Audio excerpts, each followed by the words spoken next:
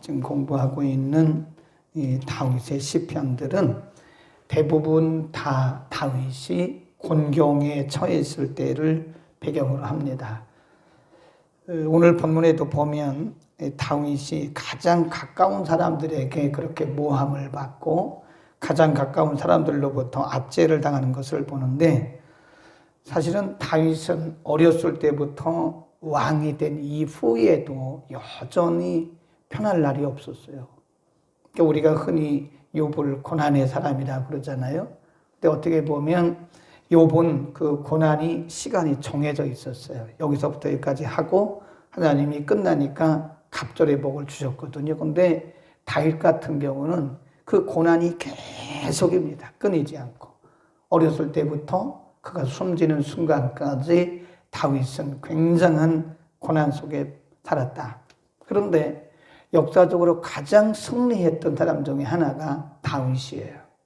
그러니까 우리가 이런 것을 보면 믿음의 세계는 고난을 뛰어넘는다는 그런 이론이 성립이 될 수 있습니다. 거기 써놓으세요. 믿음은 고난을 뛰어넘는다. 그래서 우리가 고난과 위기와 실패와 어려움이 있는 그것이 우리를 불행하게 하는 것이 아니라 믿음이 약한 것이 불행한 거죠. 물론 하나님께서 다윗에게 믿음을 주신 거죠.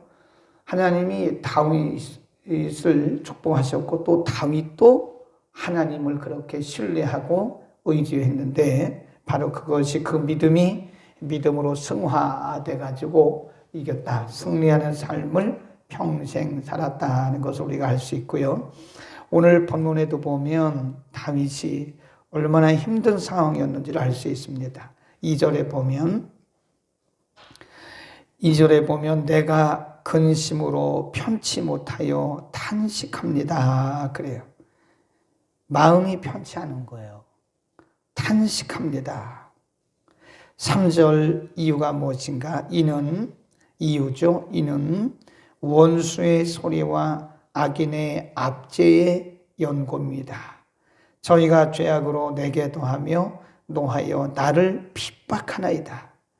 4절 내 마음이 내 속에서 심히 아파하며 사망의 위험이 내게 미쳤나이다. 그러니까 다윗같이 이런 고난을 당한 사람이 별로 없을 겁니다.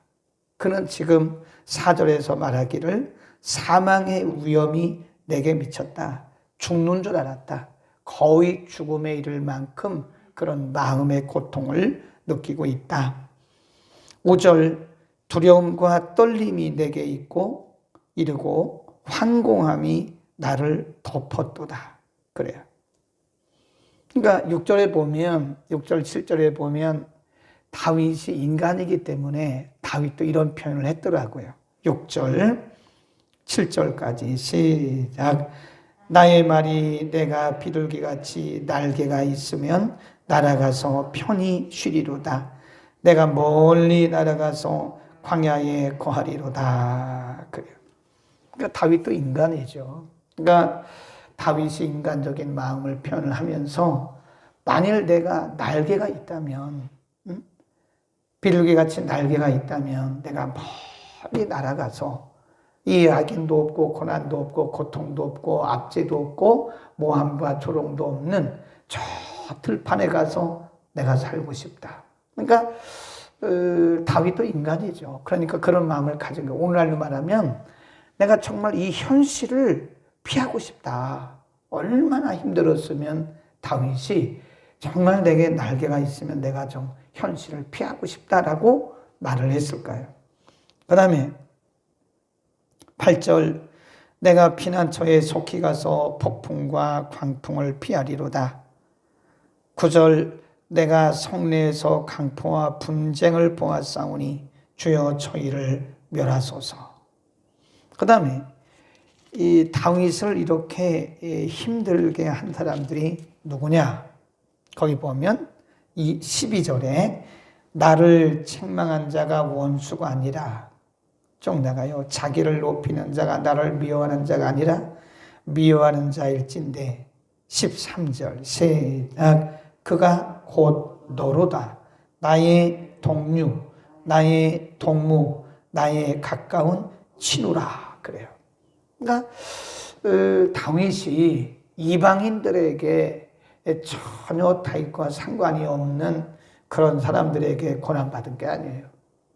그러니까 자신의 가장 친했던 친구, 아니면 아들, 심지어는 아들 압살롬, 그리고 심지어는 자기가 최고로 이렇게 신뢰했던 시므이 같은 신하, 이런 사람들. 그러니까 사람이 얼마나 힘들겠어요. 차라리 멀리 있는 사람들이, 모르는 사람들이 그렇게 핍박을 하면 그러려니 하겠는데, 가장 가까운 자기가 신뢰하고 믿고 도와주고 사랑했던 그런 사람들로부터 모함을 당하고 압제를 받으니까 다윗은 더 힘든 거예요. 그렇다고 그들과 함께 대항해서 싸울 수도 없는 거잖아요. 자, 그러면 이런 상황을 다윗은 하나님 앞에 낱낱이 아뢰면, 이게 중요한 거예요. 다윗의 특징 중에 하나가 자신의 아픔을 그대로 아뢰야, 하나님 앞에. 그대로. 그거 숨기지 않아요. 더하거나 빼지 않아요. 그대로 하나님 앞에 아뢰는 게 중요합니다. 어떤 분이 이렇게 말해요. 이런 것까지 하나님 앞에 말씀드려도 되냐고. 괜찮아요. 하나님은 괜찮습니다. 하나님은 우리 아버지이기 때문에 괜찮아요. 다 알고 계신데 뭘 숨겨요. 하나님 앞에 숨길 필요가 없어요. 하나님 앞에 그대로 아뢰세요. 부끄럽지 않아요. 우리가 사람에게 말하는 것은 부끄러울 수도 있어요. 왜냐하면 우리는 인간이니까, 자존심이 있으니까. 근데 사실은 우리가 사람에게 말하는 것도 부끄러워서는 안 돼요. 아직도 우리가 살아있다는 거예요. 아직도 우리가 자존심이 살아있다는 거예요. 자존심도 내려놔야 되거든요. 그러나 사람들에게 말한다는 것은 조심스럽죠. 왜냐하면 모든 사람들이 내 마음 같지가 않기 때문에 오히려 그것이 내게 역풍이 돼서 돌아올 수도 있어요. 근데 하나님은 괜찮아요. 하나님은 우리가 무슨 말씀을 드려도 우리의 모습이 부끄럽지 않습니다. 하나님은 우리를 받아주시고 우리를 이해해 주시고, 하나님은 우리를 이렇게 안아주실지언정 우리의 그 부끄러운 모습을 드러내고 우리를 책망하거나 또 우리에 대해서 너는 왜 그랬냐고 우리를 그렇게 수치스럽게 하지 않습니다. 하나님은 다 받으세요. 아멘.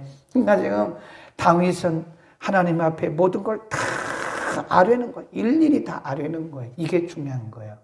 사실은 이게 아뢰는 게요, 그게 기도입니다. 사실은 뭘 달라고 말하기보다는 하나님 앞에 그냥 아뢰요. 그냥 하나님, 이건 이렇고요, 이건 이렇고요, 정말 제가 저 사람 사랑했는데요, 나를 저렇게 힘들게 하네요.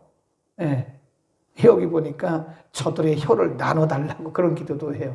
혀를 나누라는 말은 혀를 잘라달라는 그런 기도예요. 오늘날로 말하면. 근데 하나님 앞에는 괜찮다니까요. 사람에게 그런 말 하면 당신이 그런 말을 이렇게 한다니까요. 하나님 앞에는 그냥 숨기지 말고 자신의 심정을 그대로 토로하는 거예요.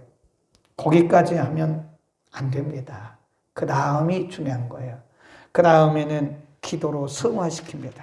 1절 55편 1절 하나님이여 내 기도에 귀를 기울이시고 내가 간구할 때에 숨지 마소서. 그래요. 그러니까 하나님 앞에 기도로 승화하지. 그리고 우리가 그걸 뭐라고 하냐면 하나님 앞에 아뢰고 그런 형편과 사정을, 우리의 심정을 하나님 앞에 기도로 승화시킨다. 그러니까 둘 중에 하나죠. 그런 우리의 형편과 처지를 알면서 우리가 한편으로는 원망하고 불평하고 사람 탓을 하는 인간적인 방법이 있을 거고, 또 한 가지는 사람에게 말하지 않고 하나님에게 기도로 승화시키는 방법이 있을 거예요. 다윗은 기도로 승화시켰습니다. 16절로 갑니다. 16절 이렇게 말합니다. 나는 누구에게 부르짖어요? 하나님. 이게 중요한 거예요. 사람 찾아가고 사람에게 말하지 않았어요. 그는 하나님 앞에 낱낱이 고하되 하나님께 부르짖었어요. 하나님께 부르짖으리니 여호와께서 나를 구원하시리로다. 어떻게? 17절 시작. 저녁과 아침과 정오에. 거기 적어놓으세요. 하루에 3번. 유대인들은, 이스라엘 사람들은 하루에 3번씩 기도하는 것이 아주 습관화됐죠. 다윗은 그럼에도 불구하고 그 상황 속에서 하루에 3번씩 아침, 점심, 저녁 하루에 3번씩 끊임없이 기도하고 그 뒤에 보면 내가 근심하여 탄식하리니 여호와께서 내 소리를 들으시리이다 라고 그는 확신을 가진 거예요. 확신. 이제 여기까지가 기도라고 말하고요. 그 다음에 3번째 단계가 뭐냐면 결단입니다. 결단. 이게 중요하죠. 기도하고 나서 우리가 다시 원위치 하면 의미가 없죠. 기도하고 나서는 굳은 믿음의 결단이 필요한 것이다. 자, 18절 시작. 나를 대적하는 자 많더니 나를 치는 전쟁에서 저가 내 생명을 구속하사 평안하게 하셨도다. 하나님이, 저가, 하나님께서. 그 다음에 19절 태고부터 계신 하나님이 들으시고 변치 아니하며 하나님을 경외치 아니하는 자에게 뭐 한다고요? 보응한다는 말은 하나님이 공의롭게 판단하신다. 그러니까 다윗이 인간적으로 분노하거나 인간적으로 대항하지 않고 인간적으로 그들과 싸우지 않고 그들을 원망하지 않았던 이유 중에 하나는요, 하나님의 공의로우신 판단을 믿었기 때문에 그런 거예요. 아무리 그래봤자 나는 하나님 앞에 떳떳하고 또 사람에게도 떳떳하다 이거예요. 그러니까 분명히 하나님께서 판단하신다. 하나님이 반드시 선은 선하다고 말씀할 거고 악은 악이라고 말할 것이다. 하나님이 재판장이시다. 이걸 믿은 거예요. 아멘. 이걸 안 믿으면 우리는요, 억울해가지고 가슴 칩니다. 내가 억울하다고, 내가 이렇게 억울하다고 그럴 필요 없어요. 물론 인간이기 때문에 우리가 엄한 소리 들으면 억울하죠. 예, 뭐 엄한 소리 많이 듣잖아요. 사람들이 그건 뭐 자유니까. 상대방을 착각하고 오해하는 것은 본인의 자유니까 엄한 소리 들을 수 있어요. 그러나 그런 소리를 들었다고 해서 우리가 믿음이 연약해지거나 분노하거나 상심할 필요가 없어요. 왜냐하면 하나님이 재판장이세요. 우리 이걸 믿어야 됩니다. 하나님이 공의로 판단하시고 공의로 재판하시기 때문에 우리가 괜히 사람 찾아가서 괜히 이렇게 변명할 것도 없어요. 그냥 가만히 있으면 돼요. 가만히 계시면 하나님이 다 판단하십니다. 우리가 이런 믿음이 없으면요, 막 분노합니다. 나한테 이럴 수가 있느냐, 당신이 나한테 이럴 수가 있느냐, 집사님이 나한테 이럴 수가 있느냐, 막 그래요. 근데 이제부터 우리는 뭐 하자고요? 잠잠하면 돼요. 공의로우신 하나님, 재판장이신 하나님 앞에 맡기고요. 하나님이 어떻게 일하시는가를 보시면 돼요. 뭐라고 그랬어요? 너희는 가만히 있어. 내가 하나님 됨을 뭐라고요? 알라고. 너희는 가만히 있어. 내가 하나님 됨을 알지어다. 가슴을 치고 억울하다고 말할 것도 없어요. 물론 억울하긴 하죠. 인간적으로 보면. 그러나 우리 믿는 사람이 억울하다고 찾아가서 변명하고 따지고 그러는 거는 안 믿는 사람과 똑같은 거예요. 가만히 계세요. 가만히 있자고요. 네, 저도 마찬가지죠. 네, 저도 학교에서도 엄한 소리 많이 들어요. 근데 그냥 그러나 말아요. 네, 엄한 소리 많이 합니다. 교회에서는 안 그러나요? 교회에서도 보면 가끔 성도님들이 오해를 해가지고 엄한 소리 합니다. 그냥 그러려니 하는 거예요. 그거를 따지고 왜 그러냐고 그럴 변명할 것도 없어요. 그냥 가만히 있으면 돼요. 가만히. 그러면 하나님이 때에 하나님이 하나님의 방법으로 선악간에 다 판단해 내시더라고요. 아멘. 다윗은 그거를 믿은 겁니다. 다윗이 그걸 믿은 거예요. 그 다음에 20절로 갑니다. 20절, 21절. 저는 손을 들어 자기와 화목한 자를 치고 그 언약을 배반하여 두다. 원수죠. 20일 그 입은 우유 기름보다 미끄러워도 그 마음은 전쟁이요 그 말은 기름보다 유하여도 실상은 뽑힌 칼이로다. 이 악인들은요, 불신자들은 항상 실리주의자들이에요. 그러니까 여러분 그러려니 해야 됩니다. 악인들, 믿음이 없는 사람들은 항상 자기중심이기 때문에 자기에게 이익이 없으면 언제든지 돌아선다고 생각하시면 돼요. 나는 저 사람은 믿었는데 왜 저러냐고. 아니 뭐 다윗은 아들도 그랬는데 뭐. 다윗은 아들도 아버지의 왕권을 찬탈하려고 그렇게 그랬는데요 뭐. 그러니까 사람은 다 그럴 수 있어요. 그냥 그러려니 하는 겁니다. 인생은 워낙 죄의 속성을 가지고 있기 때문에 그러려니 그렇게 해야지. 그거를 억울하다고 생각하면 본인만 괴로운 거예요. 21절에 답이 있잖아요. 입은 우유 기름보다 미끄러워도 그 마음은 전쟁이요 그 말은 기름보다 유하여도 실상은 뽑힌 칼이라. 네. 그런 겁니다. 인생은 그런 거예요. 그러니까 뭐 당신이 나한테 그럴 수가 있냐고 그럴 거 없어요. 인간은 머리에 이런 생각들이 가득 차 있어요. 표리부동이라고 그래요. 표리부동. 인간은 표리부동. 이게 겉과 속이 완벽하게 같은 사람은 없어요. 없습니다. 인간은 죄성을 가지고 태어났기 때문에 뭔가 자기중심이지요. 예, 아무리 사랑한다고 우리가 말을 하지만 예수님을 닮아가려고 노력하는 거지 여전히 우리 속에는 이중적인 그런 마음들이 남아있다. 자기중심적인 그런 마음들이 남아있어요. 인정하시죠? 저도 인정합니다. 저도 마찬가지죠. 예. 그래서 인간은 언제나 표리가 부동하다는 것을 그러려니 해야 됩니다. 그 다음에 다윗이 이런 표현을 합니다. 22절 시작. 내 짐을 여호와께 맡겨버리라. 너를 붙드시고 의인의 요동함을 영영히 허락지 아니하시리로다. 이게 다윗 자신의 고백입니다. 내 짐, 다윗이 지금 본인에게 한 얘기예요. 그리고 우리들에게 권고하는 겁니다. 여러분의 짐을 하나님께 맡겨버리십시오. 맡겨버린다. 그러면 이게 맡긴다는 뜻이요. 이 cast, 던진다는 뜻입니다. cast you, 여러분의 그 짐을 다 care, 여러분의 짐, cast your cares on the Lord. 이 cast out이란 말이 던져버린다는 뜻이거든요. 우리가 방송할 때 방송, broadcast, 그래, broadcast, 송출한다. 이게 쏜다는 뜻이거든요.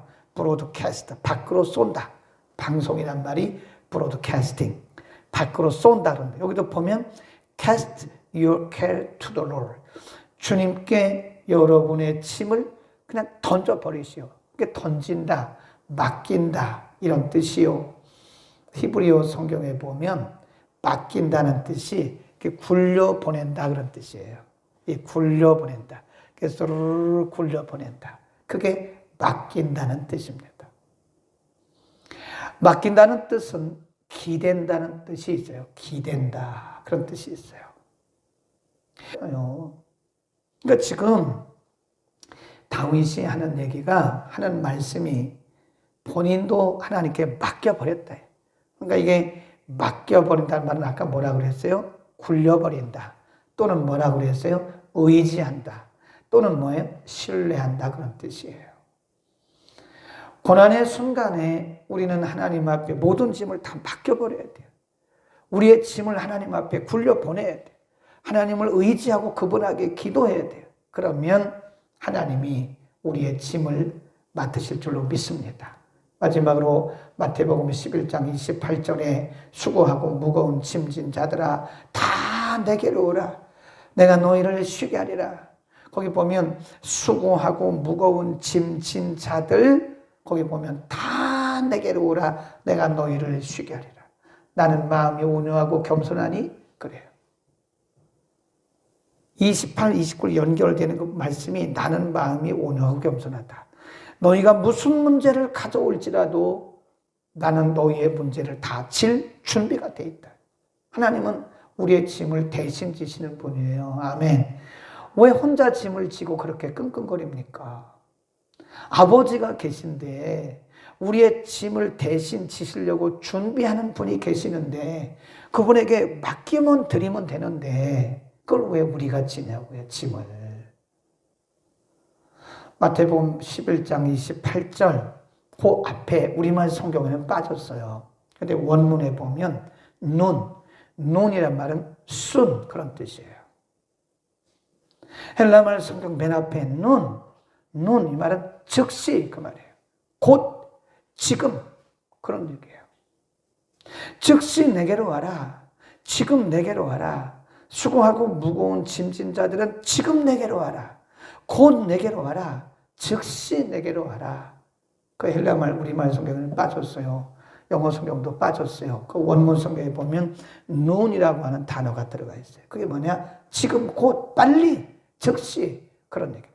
아멘. 우리의 문제들을 하나님 앞에 즉시 맡깁시다.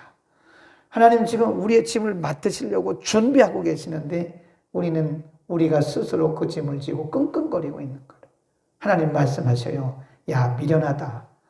내게 맡기면 될 걸 왜 그렇게 네가 지고 힘들어하냐. 아멘. 오늘도 우리의 짐을 하나님 앞에 맡겨드리기를 축원합니다. 기도하겠습니다.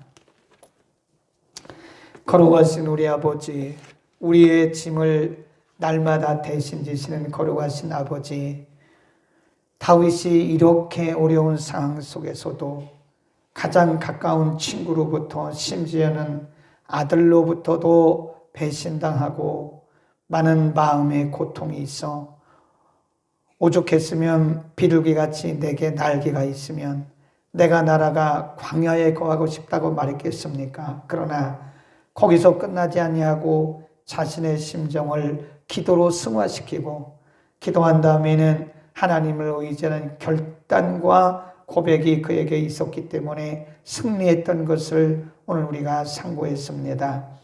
너희의 짐을 하나님께 맡겨버리라고 권면했던 다윗의 고백이 곧 그의 믿음이었던 것처럼 하나님 오늘 우리에게 있는 모든 문제들을 하나님 앞에 맡기고 하나님을 신뢰하고 하나님을 의지하는 믿음의 용기를 우리에게 더하여 주옵소서.